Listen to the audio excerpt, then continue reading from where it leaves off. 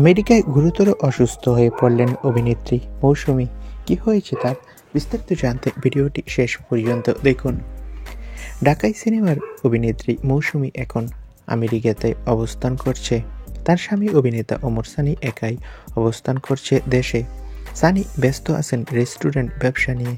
এদিকে কিছুদিন আগে সেন্সর ছাড়পত্র পেয়েছে মৌসুমী অভিনীত সিনেমা সোনার চর। এটি নির্মাণ করেছে সাইদ হোসেন।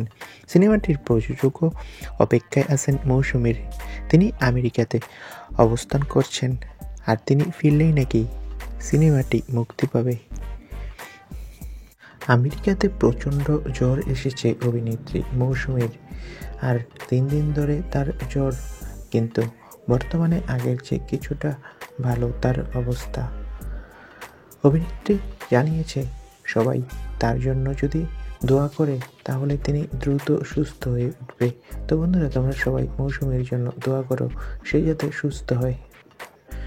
ধন্যবাদ।